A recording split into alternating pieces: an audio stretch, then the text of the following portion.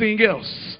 In other words, we can't worship God from a high place of pride. We can't worship God from a high place of prestige. We can't worship God from a high place of pomp and circumstance. If you don't believe me, you can ask Saul before he became Paul. Saul was knocked off of his high horse to a low place to change his posture. Why did his posture need to change? Because he couldn't see Christ on the top of that horse in a high place like he could see Christ from the ground in that low place. And the Bible tells us this, that he who humbles himself shall be exalted. And humble yourself under the mighty hand of God so that you may be lifted up in due season. And I don't know about you, but I want to say this, that if you're not willing to humble yourself, then you're not willing to be introduced to God. Because as long as you keep on your high horse, because as long as you keep on all of the high things, you will never get to God like you need to get to. God is saying you need to humble yourself. And we serve a God that is so mighty, that is so powerful, that if we're not willing to humble ourselves, he will help us humble ourselves.